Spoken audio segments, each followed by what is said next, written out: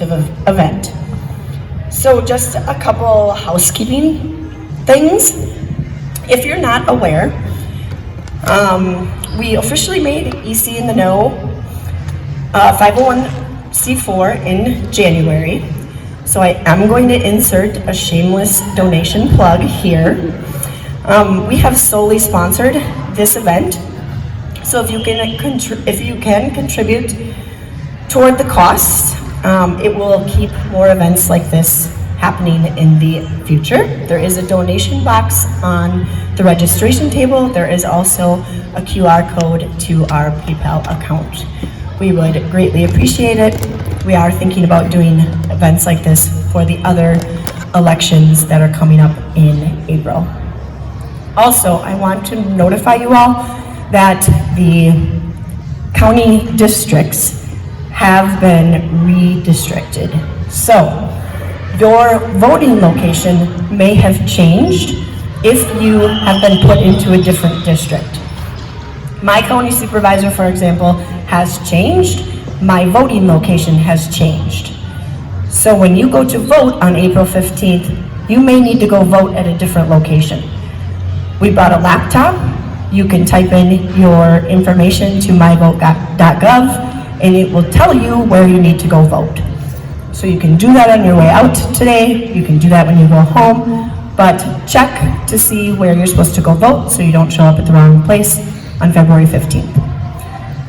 That is all I have. So now let's get on with the show. I'm going to introduce you to our fantastic moderator for the day.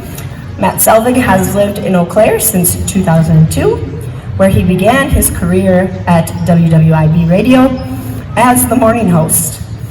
He was there for 7 years before he took his energy and love for food to Gordy's County Market, where everybody knows him as the Gordy's Guru, to be their spokesperson, voicing radio commercials and writing, producing, and appearing in their TV commercials.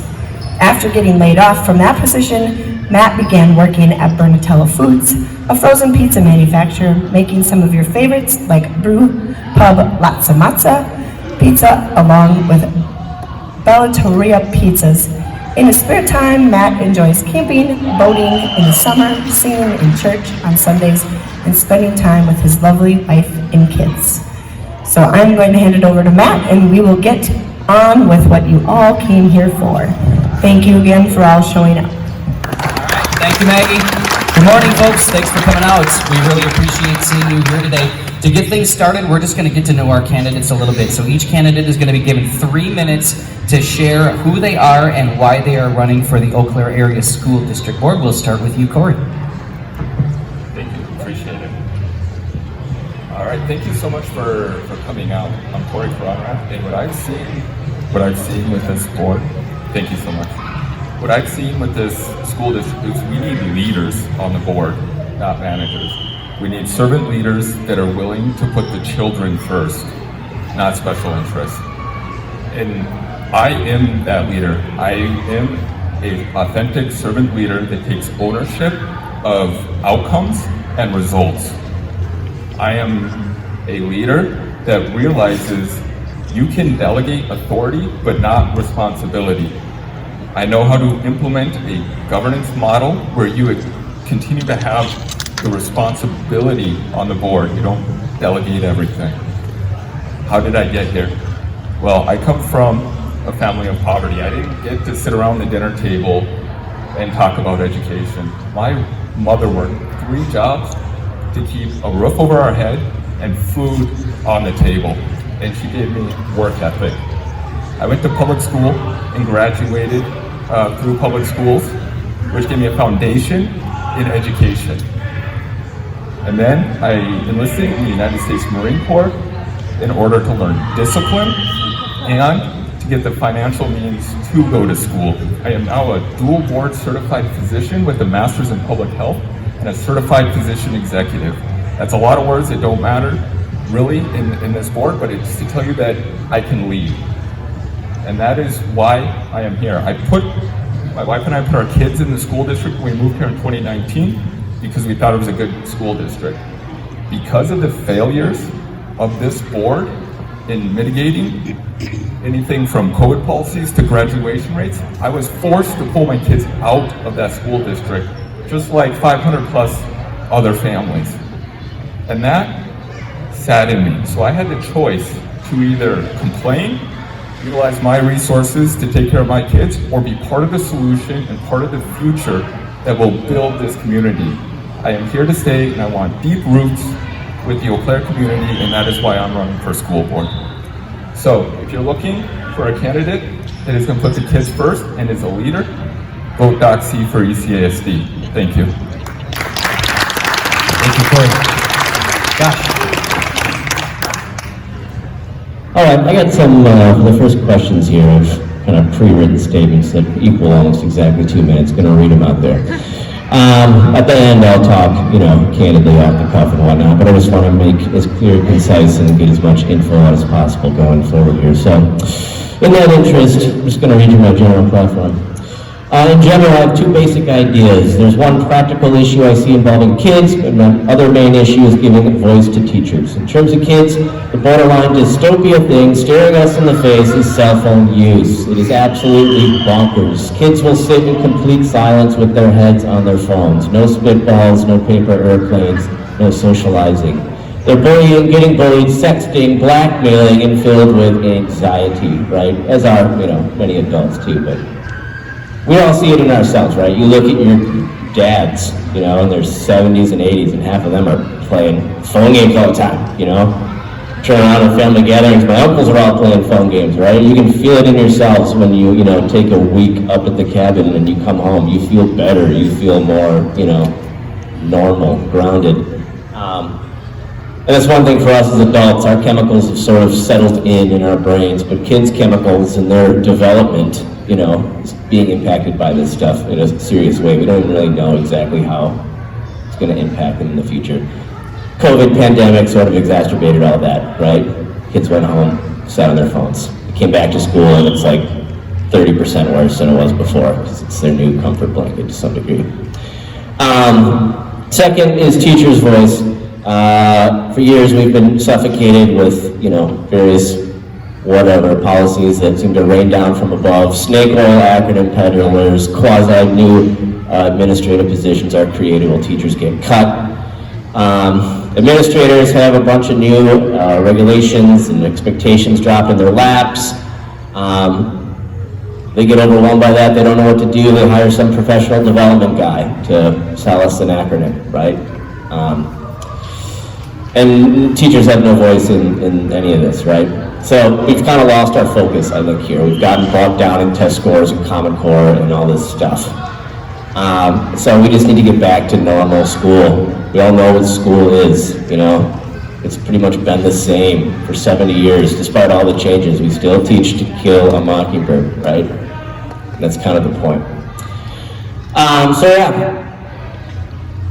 That's my gist. Get rid of cell phones, literally that'll help. That'll shave off, test scores, anxiety, depression, bullying. Literally, it'll make everything a little easier. Teachers' lives, kids' lives, and I'm sure your lives as parents as well. Thank you, Josh. Nicole. I'm a mom of two who've gone through 4 different schools in our district. My family has benefited from talented teachers investing in my kids. This is my home, and I believe the importance of public education for a strong city. I am running to put the public back in public schools. I can bring new ideas, unique perspective, and diversity to the board, so it's more representative of our entire community. I am committed to maximizing each and every student's academic potential and to freeing our teachers from excessive administrative burden so they can focus more fully on student needs. Families are asking for transparency in the curriculum and to be viewed as partners in education of their children. So my goal is to have an open dialogue with staff and community members so that we can all better support the future leaders of our community. And a little bit about myself. I have a dual disability. I am considered deafblind, and with that I've had to learn how to advocate my entire life. With the advocacy skills that I have gained, it has also taught me how to overcome certain barriers and just certain social and political jargon, I guess, that I've had to go through throughout my entire life, and I'm still going through it. So I think by having that experience and having to continuously fight, I know that I can fight for our kids. The other thing is I am on a state board as well. I'm a representative for the deaf and hard of hearing community for the state of Wisconsin, and I'm also a representative on the executive board for the Center for Independent Living. So with that, I have a lot of board experience and just working and navigating political spectrums and different viewpoints and whatnot, and having to work with people together. So that's just a little bit about my background, but just to know that we need to put the public back in public schools. Okay, thank you, Nicole. Melissa. My name is Melissa Winter. I grew up here in Eau Claire, attended public schools, and graduated from North High. After receiving my accounting degree from CVTC, I returned to school and graduated from the UW with a Bachelor's of Science in Nursing. For the past 21 years, I've worked as a staff nurse in a local hospital. I've been married to my husband, Mark, for 25 years. We have 5 children, ages 27 to 15. Some of my kids are still enrolled in the public schools here in Eau Claire. I decided to step forward and run for school board, not because I'm a polished speaker or I have political aspirations. I am running because I saw a need for a new leader who brings fresh perspectives, different life experiences, different viewpoints, and who will work together for the greater good with families. If elected, I hope to improve board transparency and accountability, evaluating whether the new school board governance model has put too much distance between the board and the voters who elected them. Over the past 2 years, parents have gotten a glimpse inside their child's classrooms, and many of us are concerned whether students' needs are being met and whether the district is doing enough to address both the COVID loss and mental health crisis that is impacting our students. I am committed to building bridges with teachers, administrators, staff, community members through those issues. Lastly, I hope to restore a common sense approach to education by rebuilding our foundation. Over the past 5 years, our district proficiency and advanced test scores have declined in core subjects like English, math, science, and social studies. And we cannot waste any time changing the direction that our district is heading. Our kids only get one chance at their education. My kids only get one chance at their education. I believe we are in an all hands on deck approach here. We need to work together. We need to be engaged and we need to be willing to serve. I look forward to making improvements in our district that we can be proud of. I want to thank you for your time in coming here today. I look forward to talking with each of you. I look forward to learning from you and serving this district. Okay, thanks you guys. Well done. We're right on time. Good job. Okay, it's time for the pre-submitted questions. And here's what's going to happen. We will state that the candidates, they've received these questions prior to the event, just so that you know, okay? Each question will be asked and each candidate will have 2 minutes to respond before moving on to the next candidate. We will rotate which candidate is first to answer. So Corey, we'll start with you on the first question, okay? After all 5 questions are asked, we will then move on to the impromptu questions which have been submitted by you guys, the live audience today, okay? All right, so our first question is on the topic of academic involvement and student needs.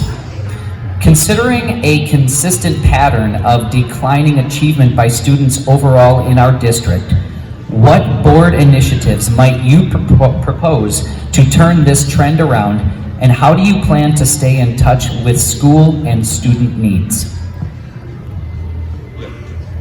Thank you for that. So this really all starts with, when you look at my lib piece, there's 3 things on there. Number 1, students belong in schools. This is how we learn. We're social beings. We need to be in those schools. So pulling our kids out of the schools has affected our proficiency rates.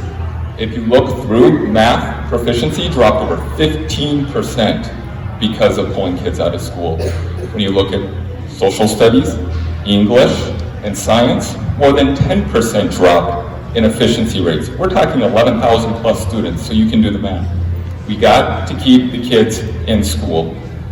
The other piece in turning this trend around, you'll see, is autonomy for the teachers. What do I mean by that? One, curriculums need to be transparent. So parents need to know what the curriculums are. Teachers need the ability to do both the art and science of teaching to get through to each of the children in their classroom. There's a lot of good teachers out there that care. And they see our kids multiple times a day, multiple days out of the week. And so they need to be able to work with those kids on how they learn best. This really, what I think is the key piece, are the principles. We need authentic, servant leader principles that are creating cultures that the parents, or that the teachers can then thrive in and the students want to be part of. And then you would tie compensation to the principles on post-secondary success. What is post-secondary success? It's not just going to university. It's becoming a truck driver. It's going and being a plumber, a contractor, electrician. And that is how I would do it, and I'm out of time as usual.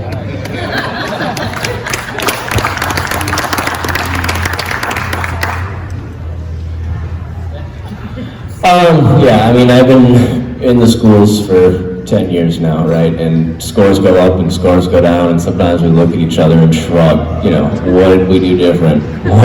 What made the scores go down, right? We have this discomfort with ambiguity, right? There's been studies since the 60s saying schools with extracurriculars and art and music and dance, you know, those kids do better. Well, you can't show someone how a kid taking a dance class is going to make their math score go up, and that makes people uncomfortable. But the reality is, when you teach the whole kid, the test scores will follow. Like, I think we get way too hung up on these standards and these test scores when it's like, you don't design a lesson based upon a 200-word 9-point font national standard. That doesn't even make sense, right? You try to build a lesson on what's engaging or what's interesting or what's pertinent. So I think we just need to kind of, drop some of that.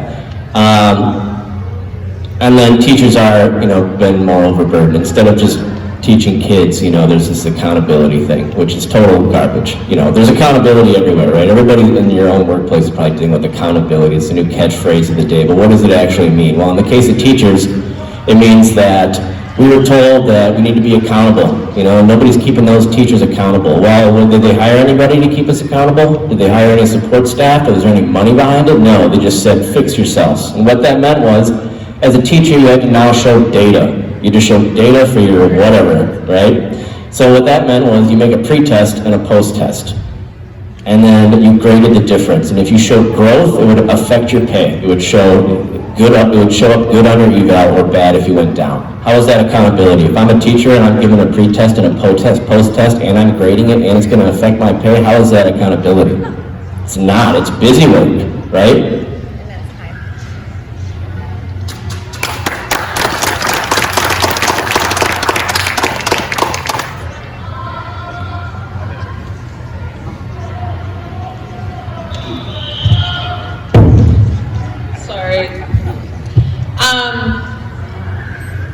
I know I need to stop saying right? So we're losing our children to neighboring districts, homeschooling at a rate higher than the state average. We need to do a ruthless self-examination to learn why students are leaving. Is it because of elimination of certain accelerated and enriched classes? Is it because student behavior problems in the schools? Are we failing to address the increasing mental health issues? Have families felt that their views were unwelcome or disrespected? We must make sure our student needs are being met and return to the basic fundamentals of education and teaching. We need our families and community members to work together and to trust each other again, and I believe together we can accomplish this. We need to demand curriculum transparency. We need to also examine the curricula that's being taught. When the curriculum is transparent, this will also be able to help parents and guardians and able to help them with their homework and assist them. We also need to focus again on evidence-based practices. Education isn't new. We've been doing this forever. We need necessary level of rigor. We need problem-solving strategies. These kids need to understand the good, the bad, and the ugly and be able to navigate. We need to get back to pushing achievement and goal setting. How can we do this? We need to strengthen training for the schools and give it back to the teachers. We need public policies to change, not only in Ever's office, but also at the Department of Instruction. The community as a whole, we need to stop finger pointing, and we all need to get our hands dirty and do this together. But more importantly, we need to be positive, boost morale, and have consistent positive messaging and overall support from us all.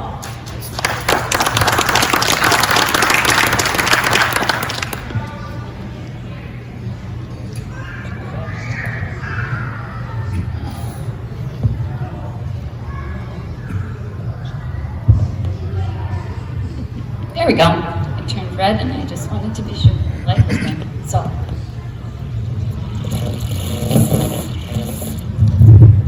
Can you hear me? Okay. Recently, the Eau Claire Area School District received over $12.5 million in ISER funding. No less than 20% of that is to address learning loss. And I believe we address this by collaborating with teachers in the core subjects of like English, math, social science, and social studies, where we are seeing the decline in our proficiency in advanced testing. We need to work with our teachers in addressing the needs they feel are contributing to declining in student achievement. Perhaps we provide additional resources in the classroom, hire teachers or hire tutors for before and after school learning, encourage students to student tutoring during study hall, maybe additional online support programs. These are just a few thoughts that I came up with. However, I think our main focus should be open communication. Communication between teachers, parents, students in an evolving dialogue to create an environment that is engaging for students and building relationships as we move forward.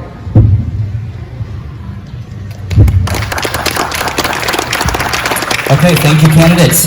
The next question is on the topic of school culture and staff. And Josh, we will begin with you for this question, okay?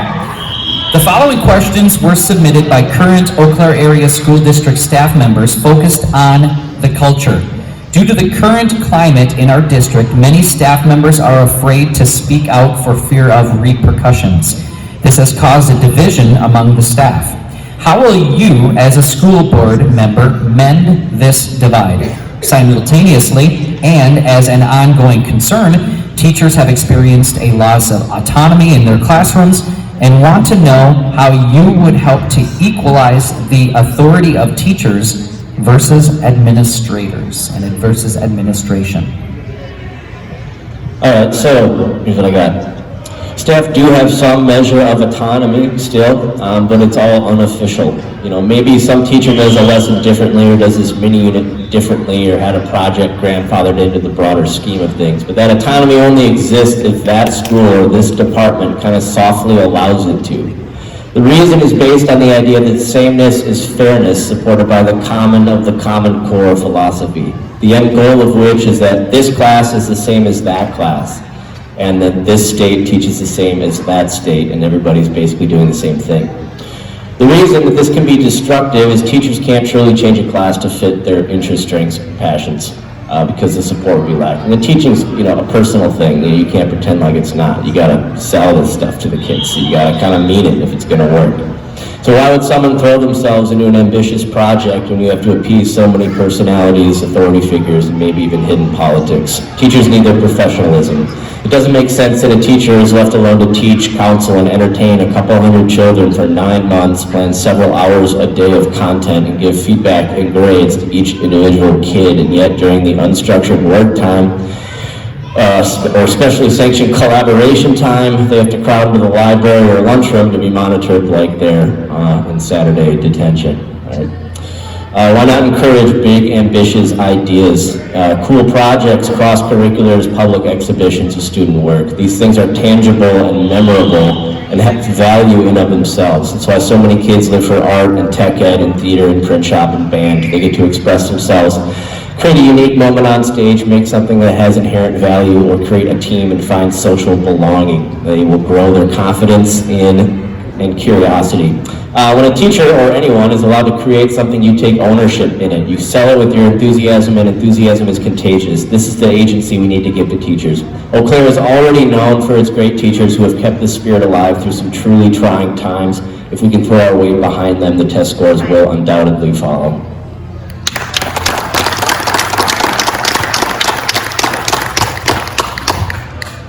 First, we need to be truthful with the community by acknowledging that the Eau Claire Area School District is struggling with teacher retention. As a board member, I'd hope to facilitate a better communication with staff so that the board can better understand their frustrations. The reason, what are their reasons for their burnout? Why are they leaving?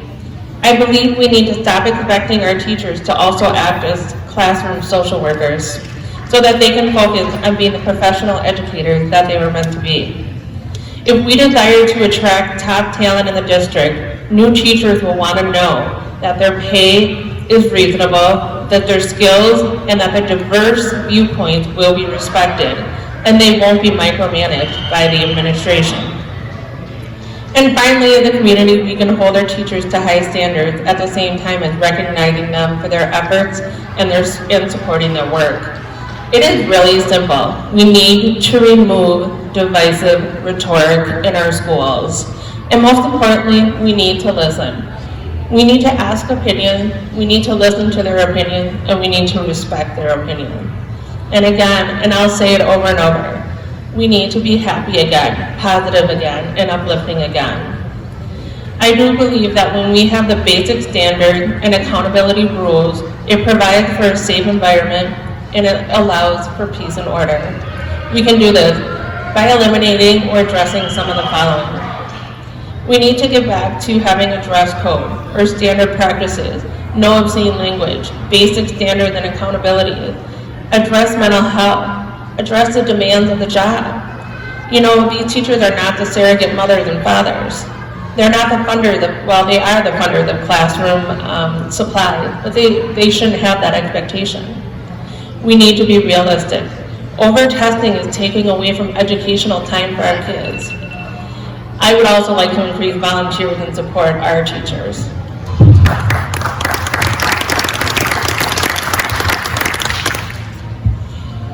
When you create a culture where people feel shut down and not listened to, you lose the opportunity to have conversations that facilitate change. As a school board member, we are supposed to be open to communication from multiple sources.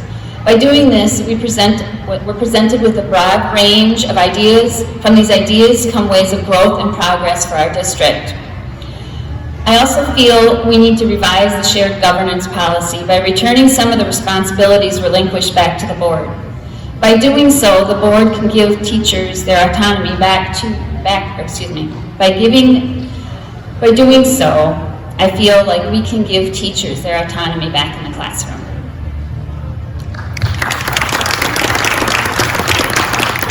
All right, I'm going to go ahead and preface this by I have a YouTube video on this, and I'm guessing I'm going to get cut off. So if you follow the handout, go to the website, there's a YouTube video on how we do culture.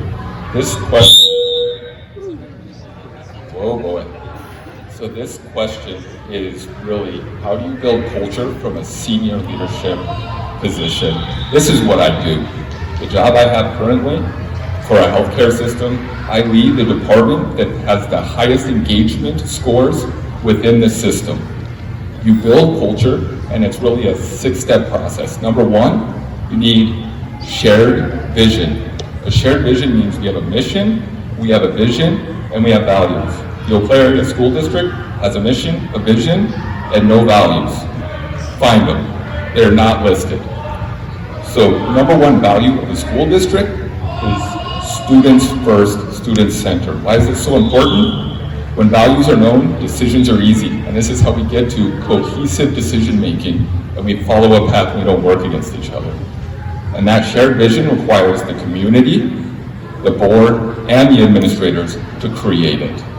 The second thing that we go to is governance, and the thing about governance is it needs to be implemented correctly. Governance is a big, broad structure.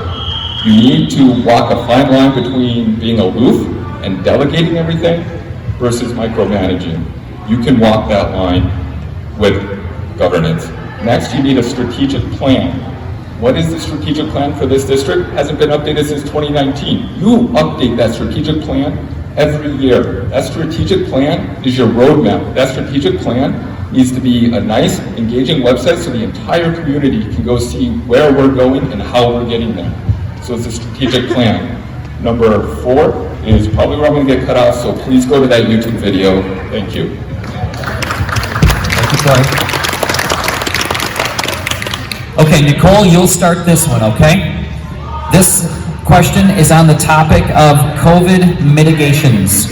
As you can imagine, we received a lot of questions regarding the current COVID mitigations, so we combined this into a 2-part question. Looking at the big picture regarding COVID and educational best practices, do you think the Eau Claire Area School District's COVID mitigation policies have helped or hurt our students and staff? And what is your stance on discrimination and bullying based on compliance with these policies? Nicole. This was a really touchy topic, and for obvious reasons, right? I will say that both of my kids have been affected by COVID dramatically. And so, yeah, I take it a little personally. I'm not naive or ignorant to know that I don't know everything about COVID or what's the right and wrong way to handle things. But I do know that our children have been robbed of some of the most informative years of their lives. We as a community should be focusing on evidence-based practices and not a political narrative. We need to be protecting our children and getting back to normalcy and putting them back in schools and staying there. According to the CDC, as of January 13th, education is a priority. Now, we have over 2 years under our belt, so we know the pros and cons. We have neglected some of the most vulnerable population and social economic crises of some of our students. Some of these kids didn't even know when they were going to eat again because they weren't in school. So we need to make sure that that does not happen again. We have also haven't been utilizing masks correctly. There is a right and a wrong way to wear a mask. There is also a right type of mask. And if we're going to be utilizing masks, we should be educated on that as well. We have to understand that the risk of COVID now is far less than the risk of not being in school. Suicide rates are at an all-time high. I'm not against vaccines, but I am against the mandate. I am all for parental choice. Parents know what is best. We need to stop the vaccinated and unvaccinated divide in our schools. It's not okay.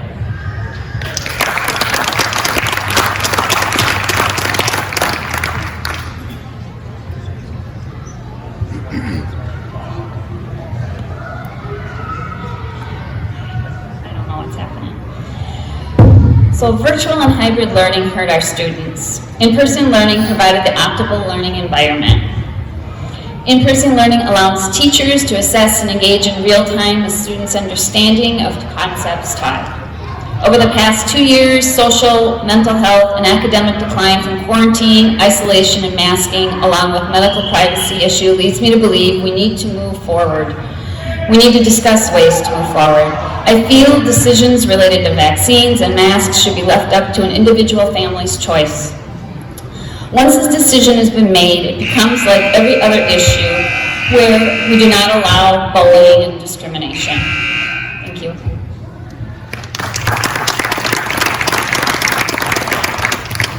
Okay, 2 things. I'm staying away from that speaker, and I'm keeping this closer to my mouth. COVID mitigation. So there's a lot of people in this race that call themselves doctor. I am the only one that treats patients. I am the only one that has a master's in public health. I have been working at a system level with over 12,000 employees on COVID risk mitigation since the beginning of this pandemic. I know the studies and I know the ins and outs very well. So a healthcare system is completely different than a school system. And that is one thing that I'm able to parse out and look at the risk-benefit ratios of what we are doing. When we're looking at COVID-19 in public health, we have traditionally protected the vulnerable populations and not gone after the general population. During this pandemic, we did not do that. Why we did not do that, I do not know. It would be all speculation that we have that. But we did not follow the public health rule of protecting those that are vulnerable over the general population.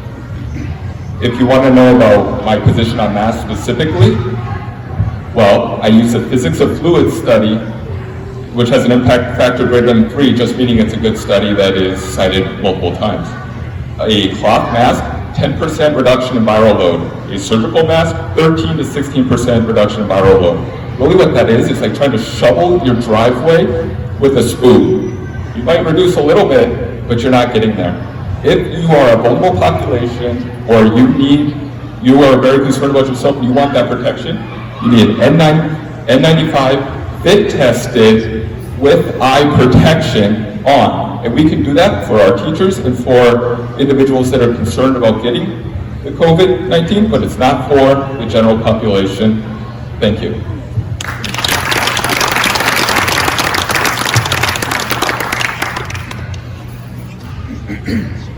All right, here we go. The district was put in the impossible spot of dealing with a crisis, a world pandemic, and all on their own. You can't control a disease piecemeal, and yet that is what the federal government chose to do. The feds left it to the states left it to the schools. The district had to make some hard decisions that they should never have had to make in the first place. In normal times, the national government would issue some guidance. None was issued, and so we were all on our own. In the end, while I don't agree with every single policy or decision made, I don't envy the decision makers. No, nothing about the recent past was fun or good or healthy, but I think a global crisis had more to do with that than the Eau Claire, Wisconsin school district.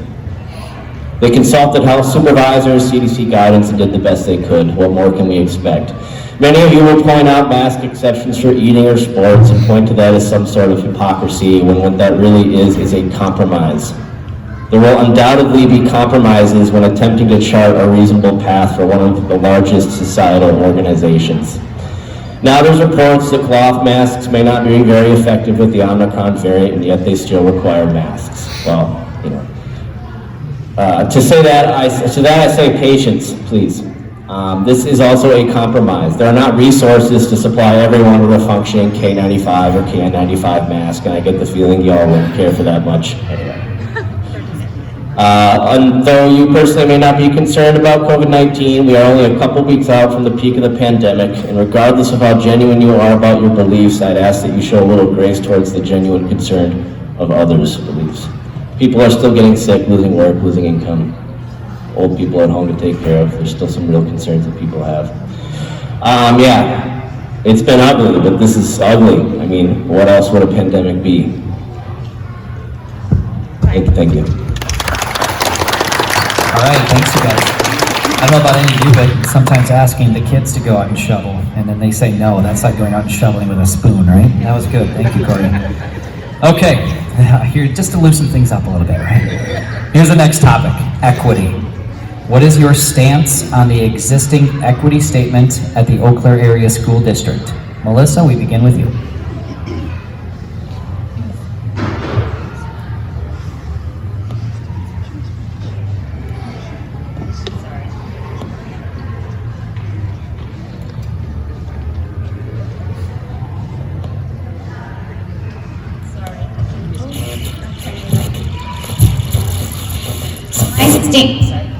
So my stance on the existing equity statement is that it needs to be revised. The Eau Claire Area School District has families and students from different cultures, religions, economic backgrounds, disabilities, and academic abilities. Students and staff should respect and value one another and see strengths in our differences. Everyone should receive equal opportunity regardless of one's race. I do not believe our school district has systematic manifestations of oppression and racism. We need students to learn how to overcome racism and what still needs to be done as opposed to engaging in a new form of racism.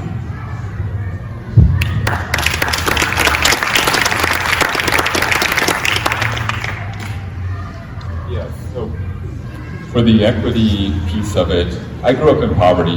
My best friend growing up was Darius. Darius and I acted the same way, got in the same trouble.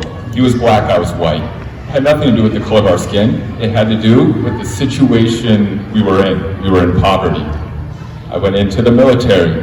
I had Milton and Wendell on my left and right. My life was dependent on theirs. Their lives were dependent on mine. It wasn't because we were brown, black, and white. It was because we were in the same environment. Combat. When I treated patients in Chicago, Cook County, I treated Polish patients, which were white, black patients, brown patients, you pick the ethnicity, all of them. Those patients had more severe disease and more chronic disease at a higher rate than the rest of the population, not because of the color of their skin, but because they were in poverty. This equity statement isn't based on the definition of equity. Equity is giving resources to those that have less and clearing obstacles and clearing barriers. This is, in their terminology, black, white. That is what that Civil Rights Project is. That's what that Heartland Project is that they look at. Well, in 2019, black students graduated at a higher rate than white students. It's on the DPI data. It's about the environment you're in. But who consistently graduates lower are those that are economically disadvantaged. We need to focus on the economically disadvantaged. We need to focus on those with disabilities. They graduate at the lowest rates of anyone, and there was no mention. 50%, half. That's it. So that is my feeling on equity. It is off base here, and they're taking a narrative from Milwaukee and Minneapolis and not one from Eau Claire.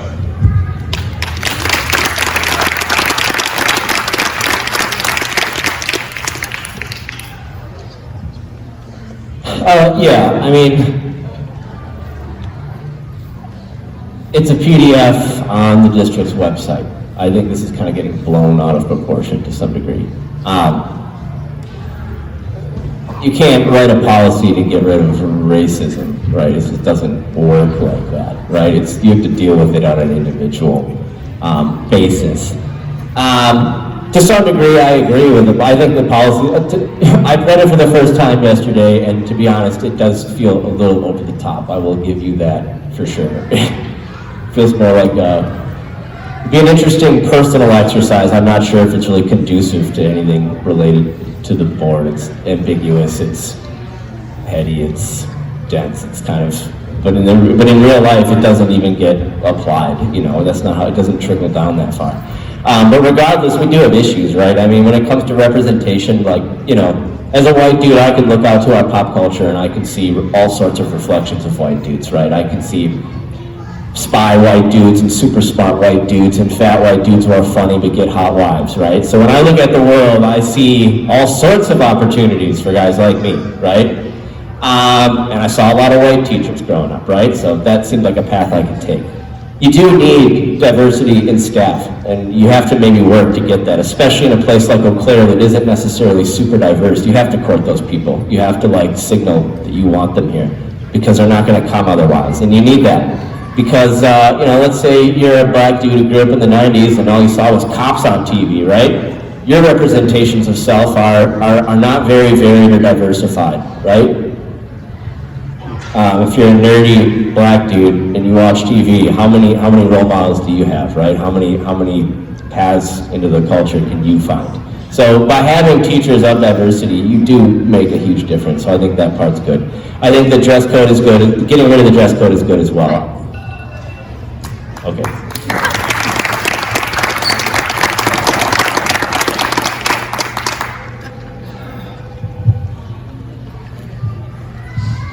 Equity means being fair and just, but in education, it is more about the equality of outcome opportunities.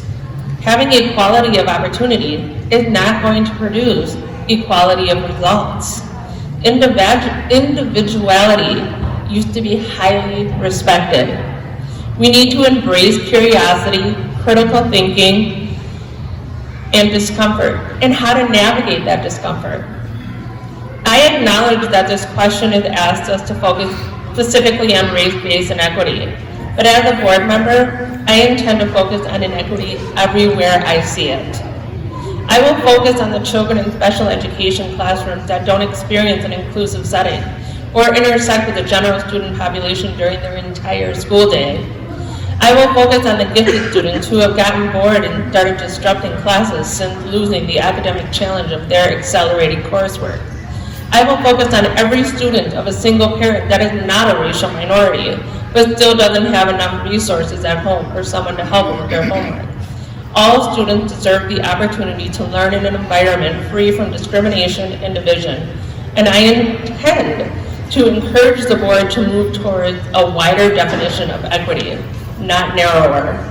As a lifelong disability advocate, I know what it means to empower individuals, to rise above their current circumstances, to pursue their hopes and dreams, and I will bring every bit of that passion and experience.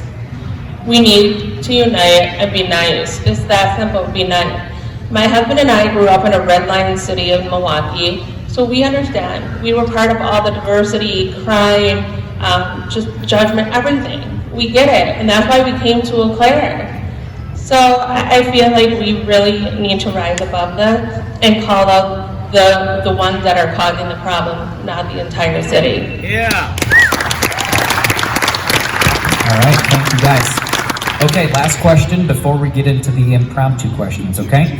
This question is on the topic of transparency, and Corey, we'll start with you. So there's a widely held perception that the current school board lacks transparency and avoids addressing opposition when adopting controversial policies. What would you suggest as ways to change that perception? Thank you, Matt. Yeah, well, the very first thing I would change, and I think the four of us here have, is show up and take hard questions.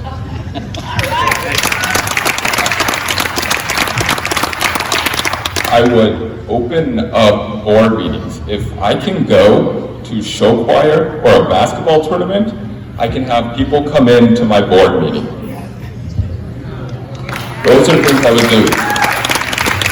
I have put my cell phone number on my website so anyone can call me and find out what is my position. You have to be available. If you're a leader, you're available, you answer the hard questions, and you don't necessarily have to agree, but you give the why. That's what I would do. I would then, actually, getting back to equity, the one good website this district has is on the equity statement. It's inviting, and it has all the information there. I disagree with the information on there, but it's there. That's what I would have for the strategic plan. That's what I would have for our mission, vision, values. That's what I would have for our curriculums. So the focus has to be on making it easy for the public to get to the data they're looking for. You want to find out something about the referendum? Well, you have to watch an hour and 39-minute board meeting to find out anything about it, and then you have to go back and forth. It's not readily available. So that is how you do it. Thank you.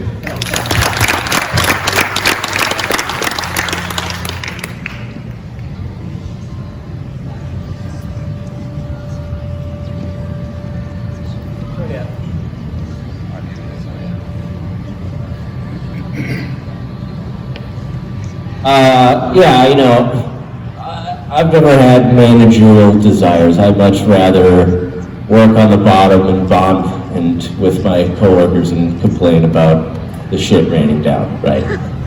But over the years, I am curious. I never could quite figure out what is going on, right? I have a little bit of a conspiratorial mind, and I kind of get off on, you know, trying to figure out what's actually happening and playing out politically and culturally, but it's still a mystery, right?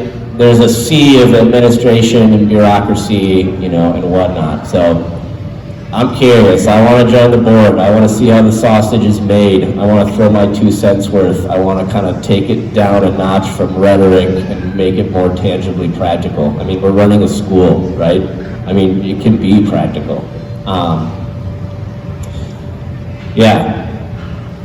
Simple things, you know, dress code, schedules, whatever. I don't understand why, you know, it has to be such a mystery. So I'll let you know when I find out if.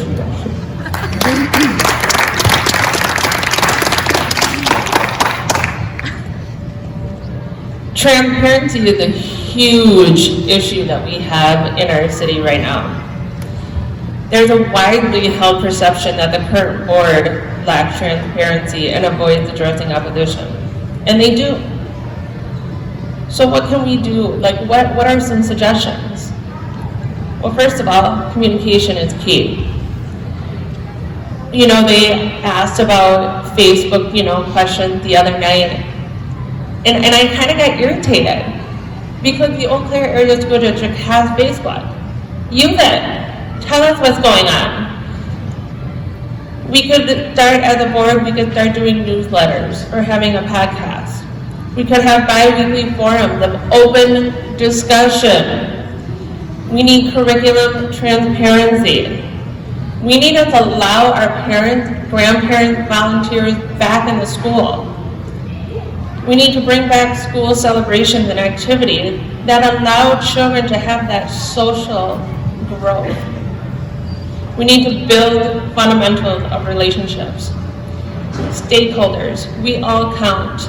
And when we are all uniting and being a part of something bigger, the bigger picture, we can be successful. So let's put the public back in public schools.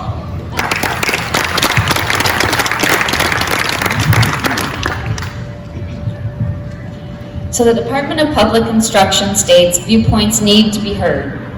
As it exists now, closed meetings close down thoughts and ideas. The existing closed-door school board meetings inhibit the ability to work together to solve district concerns. My desire is to open up school board meetings, allowing community members to approach board members in person to address issues they feel are a priority. I hope to be perceived as a person that is receptive and approachable and transparent with my thought and ideas. Fantastic. Thanks, you guys. All right, now time for the impromptu questions. We've got about a half an hour, so we've got some time to take and spend on some of these questions from you, the audience, today. All right, so our first one, we begin with staffing. That's the topic of this question. And we'll start with you, Josh, okay? What are the causes for Eau Claire Area School District's staff and substitute shortages? And how will you help address the issue? Same time, 2 minutes for each of you. Yeah, I mean, there's temporary issues and then there's the longer term issues, right? The temporary issues are obviously burnout from working through the last year and a half here, actual illness, actual stress, people, you know, whatever. The longer term issues are nobody's going to school to be a teacher, you know. Back when I applied first time 10 years ago, I think there was like 160 applicants for a single English job in Eau Claire, right? A couple years later it was 80, and then, you know, last few years sometimes it's 4, right? That's a liability, right? If you're hiring from 4 people, you're rolling the dice. I mean, that is not where you want to be for any organization, right? So what do? Well, we're kind of trapped. You know, sometimes they raise starting salaries. Sometimes they raise starting salaries higher than the teachers who've been there 10 years, right? That doesn't make you feel valued or very good either, right? So there's all this sort of soft back and forth, right? Teachers talk, right? Right now we kind of have a finite amount of teachers. Oh, I hear Altoonah's really good. Let's work there for a while. Oh, I hear Chip was good. We'll work there for a while. Oh, Claire's good. We'll work there for a while, right? But it's kind of hop and ship. People get disgruntled and they bounce around because they're tied to their families and their healthcare and all that stuff. So what we have to do is start valuing the ones who stuck around these last 10 years, because we can't afford to lose them. They're as good as we're going to get at this point, and they're feeling like leaving, you know. So honestly, it's like, if Eau Claire teachers start talking like, man, I feel supported, man, we did a really cool, you know, cross-curricular expedition day. The tech ed kids did this, and the art kids did this, and then we went and did this, like, you know, memorable, actual, novel things. That's, you know, that's what makes going to school fun and good. And so it's a soft sort of allure, I think, at this point, that we win the game. I like working in Eau Claire. You guys should come work in Eau Claire. That sort of thing.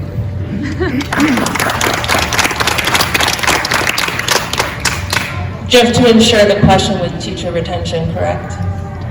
Okay. So, I've been talking to teachers. I've actually been getting out there and asking them, what is it going to take? You know, what do you want? Why are you guys leaving? I have many friends and family that are teachers that are leaving the profession. Josh also was correct in saying that the colleges, they don't have people enrolling to be teachers anymore. Who wants to be a teacher when they're not supported anymore?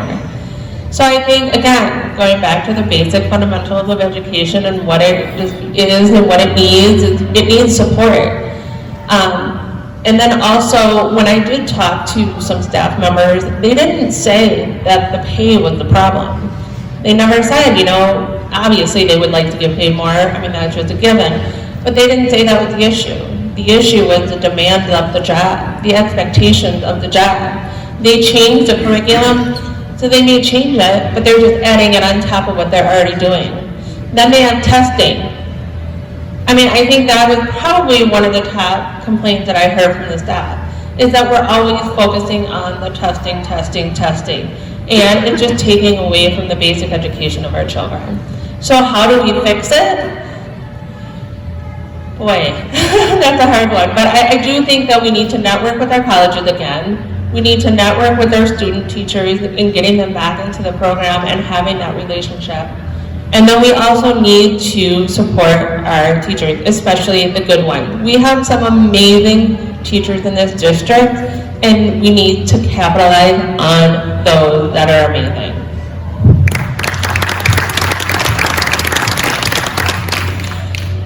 So I kind of am piggybacking, I guess, off of the previous question when we talked about like school cultures and teachers feeling like there's a divide and like they've lost their autonomy in the classroom. And I think we need to somehow change our school climate. Staff members that are leery to speak about issues and concerns, we need to value their input. We need to be open to their ideas. When staff don't feel valued and listened to, they look elsewhere for other opportunities.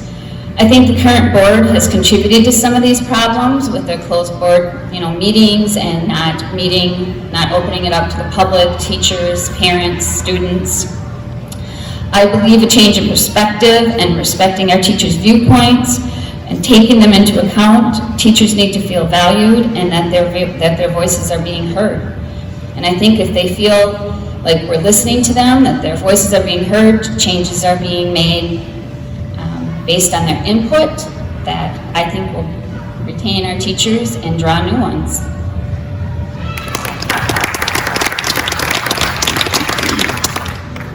Yeah, the big points have been hit. Retention, culture is what's going to keep our teachers. So this is a 5 to 7 year issue we have, at least, to correct it. We can retain now, you retain with culture, the alignment, the shared vision. But teachers, if your pay is midpoint or competitive, we don't work for that, we work for purpose, purpose-driven lives. And there is no better purpose-driven life than to educate the young and take them into being productive citizens that drive our society forward. So purpose, we can get that to them. Then, once we have this in place for the retention or for the recruiting piece, if we can get our culture right, we can teach our kids. Our kids want to be at school, our kids want to learn, and then they want to be part of that system. It's a positive flywheel. It's a lot of the Quint Studer, Hoop Huron type work. So that is how we're able to get where we need. It all starts with culture, and then we can develop more to bring them forward. We also need those principals to be authentic servant leaders that want to be part of. I deal with this every day, and that suicide. I mean, it is just, the problems are astronomical right now, and we need to address it. How do we do it?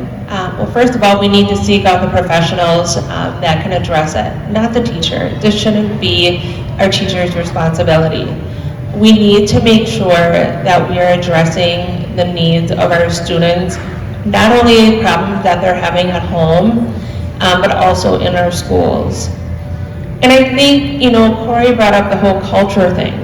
If we can unite and grow together the culture and support each other, that's going to make a huge difference. And lastly, I do think listening. I have tons of kids who reach out to me that aren't even friends with, my kids. They'll just reach out to me because I'm willing to listen, to hear what's wrong, to hear what they have to say. And I think that we need to do more of that as a community. We need to remove the phones. I think that is huge. But we need to support the teachers when they say that. I mean, you listen to how these children are talking to the staff, it blows my mind, and then the way that they're just hiding behind these phones. When a teacher calls and says, we can't get your child to put their phone away, we're giving them a detention, I think as parents we also need to say, yeah, enough is enough. Those are just small basic things. I am not an expert in mental health, so I don't want to pretend that I am, but there's a lot of work that needs to be done.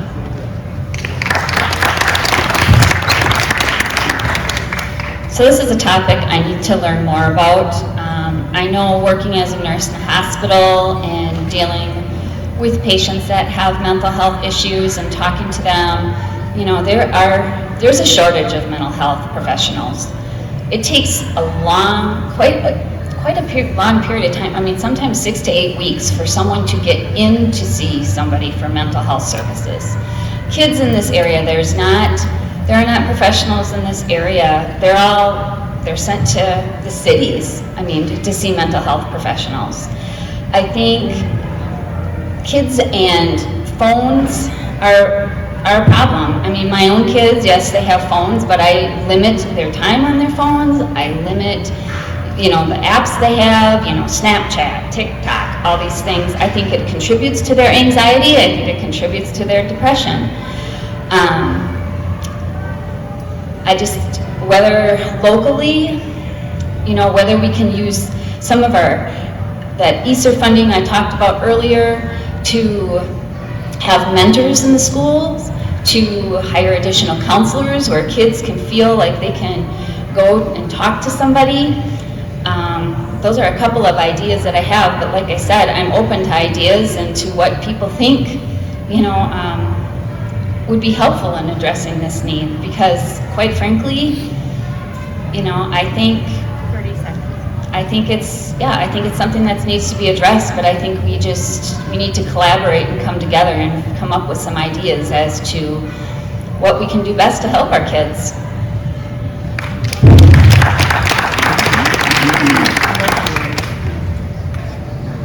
Yeah, for mental health, this is an issue for our nation and our community. This has been an endemic for years going on. This was a problem before COVID and has been accelerated by COVID.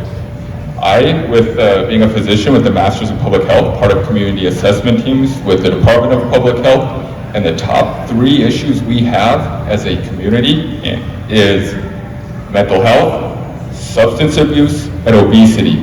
All have been made worse by COVID mitigation. Is that right, wrong? That's another question, but that's one of the risks that we took. So how do we address mental health? Really, it starts with purpose and work. When you have purpose and you are working towards something, you have less mental health issues. When you are in the workforce, I do occupational health, so when my patients get injured, if I take them off work, they do worse their musculoskeletal pain gets worse, their mental health gets worse. I put them back to work, they have their social communities, and they get better. It is all about developing human relationships. We need to create systems or environments that bring people together. The school district did hire these student success coordinators. When I read that job description, it sounded like a big brother, big sister downtown. We can use those resources. Why don't we have juniors partner with freshmen as they come in order to mentor, so that junior feels good about being able to help that freshman, and that freshman feels invited into this new school. We can trickle that down to the other schools. So that is how we address the mental health piece of it. This is a big, complicated problem, but it's all about the work. So for my own kids, I went and bought a hobby farm, so they had to work, take care of an animal, and know what that is. So we need to get purpose in our kids' lives again.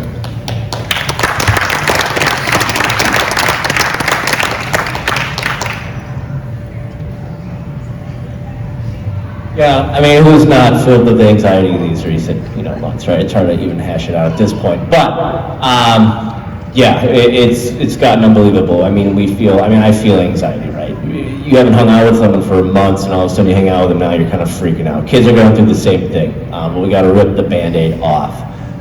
Phones, obviously, I've talked about pretty much at length, and I honestly believe that would be a huge and simple, win for the battle of anxiety.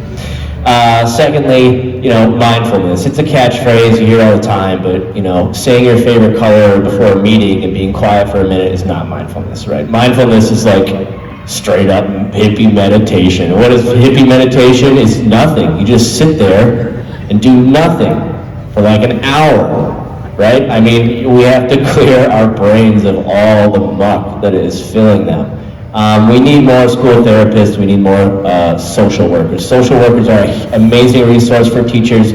Kids tell you crazy shit all the time, and you try to hash it out with them and you find out, okay, well, a cop came to your house and that happened a year ago. I guess this is not a reportable thing. This is old news, right?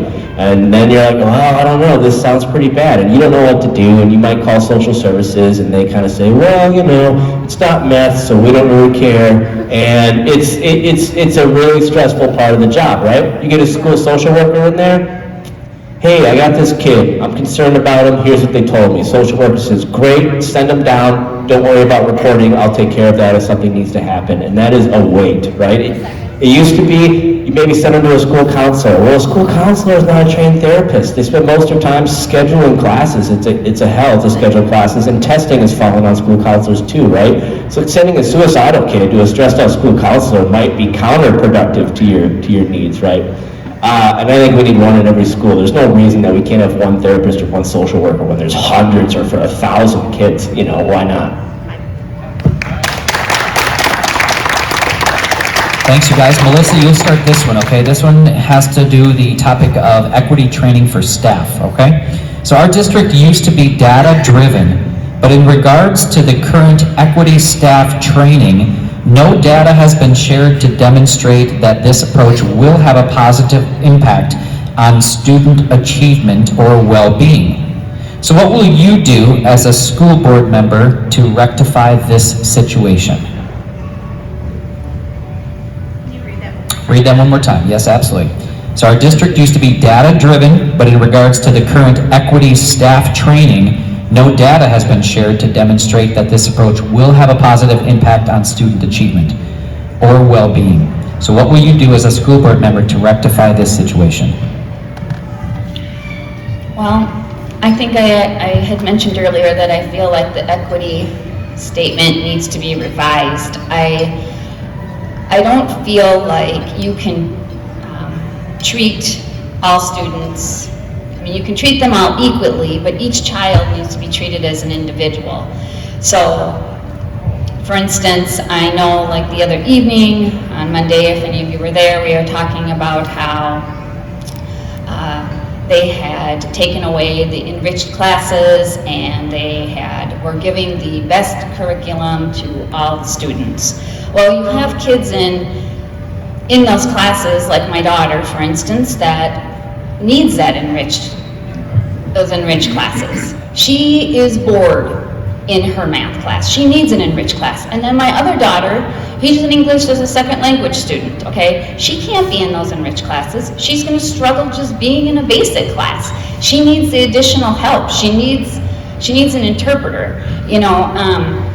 So the equity piece, I think it's hard. I think it's something we're gonna have to work through. Like I said, I think it needs to be revised. I think it's going to be difficult for teachers. I think, I can't put my finger on how this equity approach is going to be monitored and evaluated. It's something we would have to work on as a board, and I would hope that we can get input from teachers and parents and students as our best approach on how to deal with that.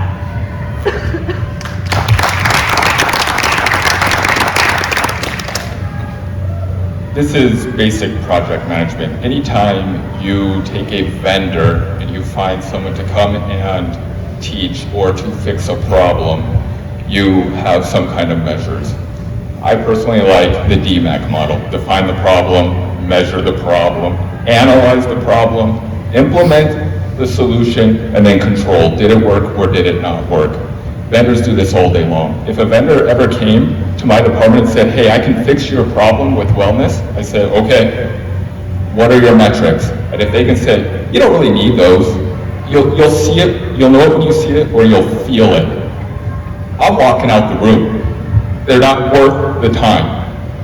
So for the equity itself, and I think equity is resources clearing obstacles for those that have less, I would be looking at our own data we already have on those that are economically disadvantaged, and what are they doing after they graduate high school. I want the end result. Are you a truck driver? Are you a plumber? Are you an electrician? Are you value added to our society and community? Or did you end up having to go to prison or something that we don't want? That is kind of the measure you look at. We don't always have that, so sometimes we have to use proxy measures. That's where the graduation rates come in. That's where the testing rates come in. But when you pay a vendor, they are supposed to give you what they've done before, what metrics they measured, what your baseline is, and how to get to success. And so that is what I would look at. Thank you.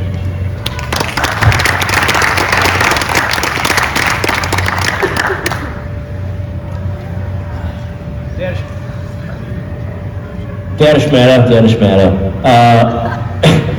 I don't see how equity has anything to do with data. I don't understand the question. I don't think that anyone in this room has a real concrete idea what this equity even means right now. But it's basically, I think, a statement saying that we have the intention of, addressing ills that, perhaps exist in society, right?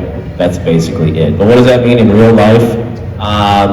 We just meet each individual kid where they're at, try to be understanding, try to help them out. That's basically it. I'm trying to remember the question. It was that effectiveness, equity is silencing data. Equity staff training, type of thing. Equity staff training. Well, I've never been to a staff training I loved, so I'm not sure. But I think what it comes down to is, people laugh when I say it, but it's like, hey, is it cool if we have fun?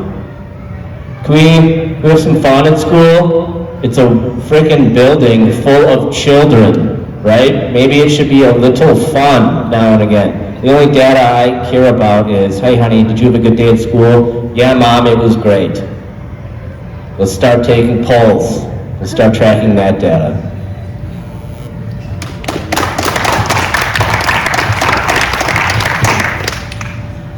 First, I would take that question directly to the board that we have right now and ask them to answer that question. We have to understand where this whole equity thing is coming from. This whole equity thing is coming from the federal government. Right. You're seeing this now in companies. Companies now have equity statements. You're going to see this come out more and more and more. We all, I think, when I look at this room of everyone, I don't look at you and automatically think, oh my goodness, they're going to be racist, or they're going to judge someone, right? We all want to be good people. What we need to do is address the bad people. And when we address them, then that's when we can fix the issue. So we're asking for data and information, but we have to understand that the equity training that's going on in our schools and in businesses right now is because they almost have to. I just went through an equity training myself for work, because I have to. So, I mean, what can we do about it? We need to vote. We need to get out there and understand what's going on. And lastly, we also have to remember too that the money that the district is receiving is going toward a lot of this equity. They've hired 2 new, or I shouldn't say just 2 new staff members, but we have 2 members in the district that are working in the administration building addressing equity. That is what our tax dollars are paying for. So we need to get to the bottom of this whole equity thing. We need to be kind, we need to be fair, we need to be nice, period.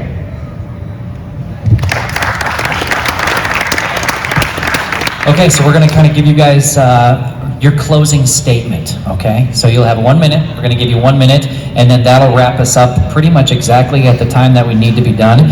It's 11:23 right now, so that'll be perfect. You'll get a minute and give us your closing statements on why you feel you'd be a great candidate for the school board. And then folks, be sure and stick around, because they can stick around for a little bit as well, and if you want to ask them any further questions, you can. We do need to clear out of this area by noon, so just be aware of that, okay? Closing arguments. Corey, we'll start with you. Thank you. Why would I be a good board member? I'd be a good board member because I am an authentic servant leader that will put the children first. I know how to follow a mission. I know how to follow a vision. I know how to create the values with you in order to make decisions. I will be a good board member because I am transparent. I listen to you. My personal cell phone is on my website. You can go get it and call me. I've been putting out YouTube videos on my positions. I have been putting out small posts on my Facebook, so you can see if I'm the person that you're looking for your school district. I know that I don't own the school district. I am to be a steward of the people's resources and treasures, their kids' education, their finances. So that's why I will be a good board member, because I know how to work for a mission. Thank you.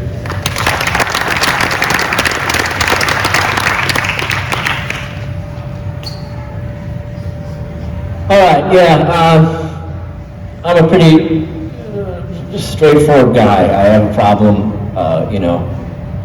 not just speaking like a normal human being all the time to other human beings. So while, perhaps some of my broader politics don't necessarily align with your broader politics, I don't really even see how politics has anything to do with a school board, I mean, I could be a communist, and I'm not sure what that would mean to a school board member, really. It's a practical, service-based thing. So while I may not agree with some of, your motivations, I absolutely understand where they come from, and I absolutely appreciate your involvement, and I appreciate you giving me a chance to talk and show you where I'm at. And so, a lot of the stuff dividing us, I feel like, is temporary. I don't think it's going to be around that much longer. Obviously, we have no idea, and it's a hellish nightmare, but... Okay, that's it. It's a hellish nightmare. Thank you.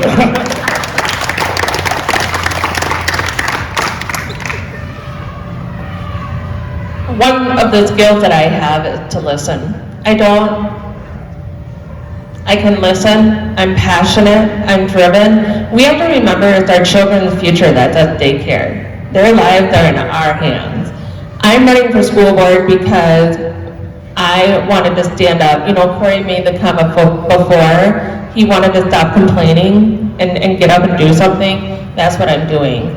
I have tried every avenue to work with staff, to work with administration, to work with the school board, and I have been shut out time and time again, and I'm tired of being shut out. This is a city school. I mean, this is a public school for a reason. So we should have a say in what's going on. And so that's why I'm running. Just know that I won't let you down, and I will hear every single person.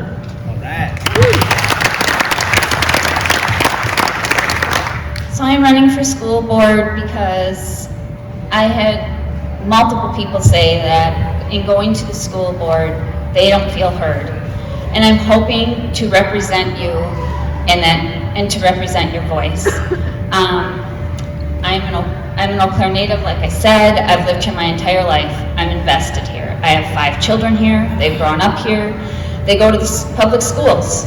I have a stake in the public schools.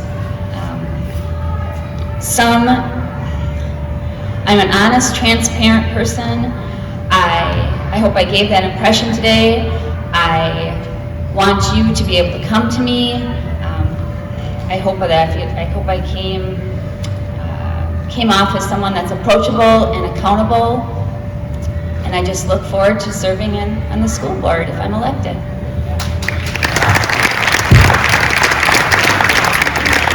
Can we give all of our candidates one more great big round of applause? Thank you for coming this morning. Thanks, you guys. Thank you for coming as well. Appreciate you taking your time this morning to come and join us. Eau Claire in the Know, thank you for putting this event on. Can we give them a round of applause too? Great job, you guys. Maggie, Kayla, Rebecca. February 15th, put that date in your mind. That's the election, okay?